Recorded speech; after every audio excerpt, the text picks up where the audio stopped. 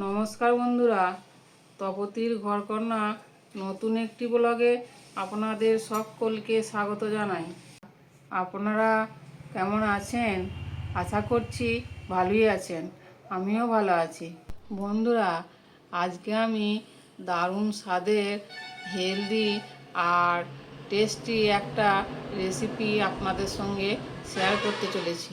চলুন তাহলে দেখে নেওয়া যাক আমি কি বানাচ্ছি আর কীভাবেই বা বানাচ্ছি। বাঁধাকপির পাতা দিয়ে আজকে আমি মোমো বানাবো। তার জন্য সব উপকরণই আমি নিয়ে নিয়েছি আর আপনাদের দেখিয়েও দিচ্ছি। এবার এরকম একটা পাত্র নিয়েছি, তাতে জল দিয়ে দিয়েছি। জলটা আমি গ্যাসে বসিয়েও দিয়েছি। এবার 1 চামচের মতো লবণ দিয়ে দিচ্ছি। দিয়ে ধুয়ে পরিষ্কার করে রাখা বাঁধাকপির পাতাগুলি দিয়ে দিচ্ছি। এইগুলি একটু লবণ জল দিয়ে সিদ্ধ করে নেব। খুব বেশি সিদ্ধ করার দরকার নাই, ভালো করে একটু ফুটিয়ে নিলেই কিন্তু পাতাগুলি নরম হয়ে যাবে। এবার ঢাকা দিয়ে দিচ্ছি। একটা বড় বাটি নিয়েছি, বাটিতে আমি 100 থেকে 150 গ্রামের মতো বোনলেস চিকেন ছোট ছোট টুকরো করে নিয়েছি। এবার একটা বাটিতে ঢেলেও নিয়েছি। এবার আমি 2টি পেঁয়াজ ছোট ছোট কুচি করে রেখেছিলাম, সেটাও দিয়ে দিচ্ছি। আপনারা দেখতে থাকুন। 2টি কাঁচা লঙ্কা কুচি করে রেখেছিলাম, সেটাও দিয়ে দিচ্ছি। এবার 2 চামচের মতো রসুনের পাতা টুকরো করে রেখেছিলাম, সেটাও দিয়ে দিচ্ছি। আর 1 চামচ আদা রসুনের পেস্ট দিয়ে দিচ্ছি। আর 1/2 চামচের মতো ধনে জিরে গুঁড়ো দিয়ে দিচ্ছি। 1/2 চামচ শুকনো লঙ্কার গুঁড়োও দিয়ে দিচ্ছি।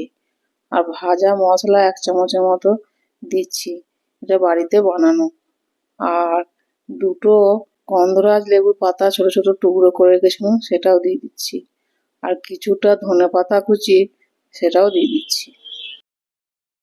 আর 2 চামচের মতো সাদা তেল দিয়ে দিচ্ছি। স্বাদ মতো লবণ দিয়ে দিচ্ছি। 1 চামচ ভর্তি ভর্তি হবে। আপনারা যেরকম বানাবেন সেরকম স্বাদ মতো লবণ দিয়ে দেবেন। এবার 2 টুকরো পাতিলেবু নিয়েছিলাম, সেই রসটা নিংড়ে দিয়ে দিচ্ছি। দিয়ে চামচ দিয়েই আমি সব উপকরণগুলি মিশিয়ে নিচ্ছি।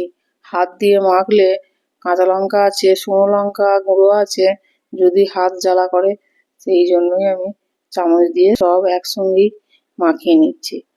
দেখুন, আপনাদের দেখাচ্ছি। আপনারা যদি চান তো হাত দিয়েই মাখাতে পারেন। হাত দিয়ে মাখালেই কিন্তু ভালোভাবে মাখানোটা হবে। আমি চামচ দিয়েই মাখিয়ে নিচ্ছি। কিছুক্ষণ এইভাবেই আমি চামচ দিয়ে মাখিয়ে নিয়েছি। দেখুন, আপনাদের দেখাচ্ছি। চিকেনটা কিন্তু মাখানো হয়ে গেছে।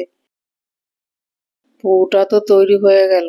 এবার দেখি, চলুন কপি পাতাগুলো কি হচ্ছে। দেখুন বন্ধুরা, সব কিন্তু কপি পাতাগুলো ভাপানো হয়েও গেছে। এবার জল থেকে আমি একে একে তুলে নিচ্ছি। একটা খাঁচি নিয়েছি, খাঁচির মধ্যে একে একে তুলে নিচ্ছি। আপনারা দেখতে থাকুন এই বাঁধাকপির পাতা দিয়ে আমি কি বানাতে চলেছি। বন্ধুরা, এই বাঁধাকপির পাতা দিয়ে কিন্তু আমি মোমো বানিয়ে আপনাদের সঙ্গে শেয়ার করব। তাহলে আপনারা দেখতে থাকুন। মোমো তো অনেক খেয়েছেন, এবার কিন্তু আটা ময়দা কিছুই মাখামাখি ঝামেলা নাই। একটা পাতা নিয়ে নিয়েছি, দেখুন আপনাদের দেখাচ্ছি। এবার 1 চামচের মতো পুর এই পাতা দিয়ে দিচ্ছি, দিয়ে মুড়ে নেব। দেখুন, প্রথমে এইভাবে মুড়ে নিচ্ছি। মোড়াটা ঠিকঠাকভাবে করলেই কিন্তু তৈরি হয়ে যাবে। দেখুন, আপনাদের দেখিয়ে দিচ্ছি। এইভাবে মুড়ে নিচ্ছি। পাতাটা যেহেতু ভাপানো আছে, তার জন্যই খুব ভালো করেই মোড়া যাচ্ছে। দিয়ে এবারে এটাকে আপনারা টুথপিক দিয়েও এঁটে দিতে পারেন। আমি কিন্তু এই সাদা সুতো নিয়েছি, সুতো দিয়ে বেঁধে দেবো। দেখুন, আপনাদের দেখিয়ে দিচ্ছি। এইভাবে সুতো দিয়ে বেঁধে দিলে কিন্তু পুরোটা আর বেরোবেও না, একদম ঠিকঠাক থাকবে। সিদ্ধ হয়ে গেলে পরে আবার সুতোটা কেটে নিলেই কিন্তু এটা খাওয়া যাবে। দেখুন আপনাদের দেখাচ্ছি, এইভাবেই বেঁধে নিচ্ছি আমি। দেখুন একটা তৈরি হয়ে গেছে, এবার একটা স্ট্রেতে রেখে দিচ্ছি। এইভাবেই কিন্তু একে একে আমি সব এই বাঁধাকপির পাতা দিয়ে মোমো তৈরি করে নিচ্ছি। দেখুন আপনাদের দেখাচ্ছি।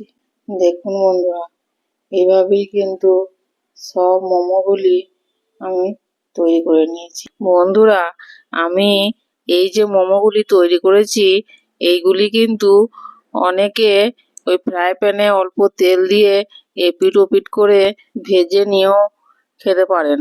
আমি এখানে সিদ্ধ করে নিচ্ছি। কপি পাতা দিয়ে মোমো তো তৈরি হয়ে গেল, এবার চলুন ভাপিয়ে নিতে হবে বা সিদ্ধ করে নিতে হবে। তার জন্য এরকম একটা পিঠে ভাপানোর ঝাঁঝরি নিয়েছি, তাতে সাইডটা একটু ভালো করে তেল মাখিয়ে নিচ্ছি। এবার জল কিন্তু গরম হয়ে গেছে, এবার ওই ঝাঁঝরিটা বসিয়ে দিচ্ছি। এবার তৈরি করে রাখা যে মোমোগুলি আছে সেইগুলি আমি একে একে সব দিয়ে দিচ্ছি। কপি পাতাগুলি যেহেতু লবণ জল দিয়ে সিদ্ধ করা আছে, তো বেশিক্ষণ এগুলি সিদ্ধ হতে লাগবে না।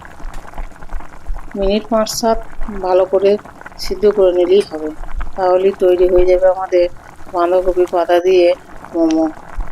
আমার ওই 14 থেকে 15টি মোমো তৈরি হয়েছে, সবই আমি একসঙ্গে দিয়ে দিচ্ছি। আপনারা চাইলে দুবারেও সিদ্ধ করে নিতে পারেন। দেখুন এবার ঢাকা দিয়ে দিচ্ছি। 5 থেকে 7 মিনিট পর আপনাদের দেখাচ্ছি। দেখুন বন্ধুরা, কত সুন্দর আমাদের মোমো তৈরি হয়ে গেছে, আর টমেটোর সস দিয়ে পরিবেশনও করে দিয়েছি। এবার আমি আপনাদের একটা খুলে দেখাবো। দেখুন কীরকম লাগছে ভেতরটা। এখন কিন্তু গরমও আছে ভালোই, আর খেতেও কিন্তু দারুণ টেস্ট হয়েছে বন্ধুরা।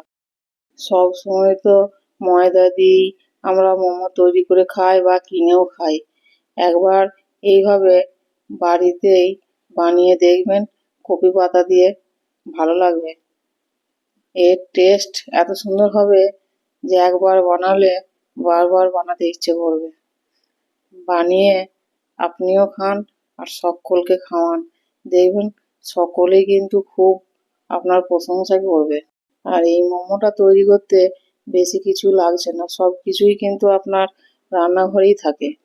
বাড়িতে যদি অল্প একটু চিকেন থাকে, তাহলে এইসব উপকরণ দিয়েই সকলের জন্যই কিন্তু টিফিন তৈরি করে নেওয়া যাবে। আবার যদি আপনারা চিকেনটা নাও দিতে চান, এতে কিন্তু কুচি কুচি করে বাঁধাকপি দিয়ে দিতে পারেন, তাতেও কিন্তু ভালো হবে।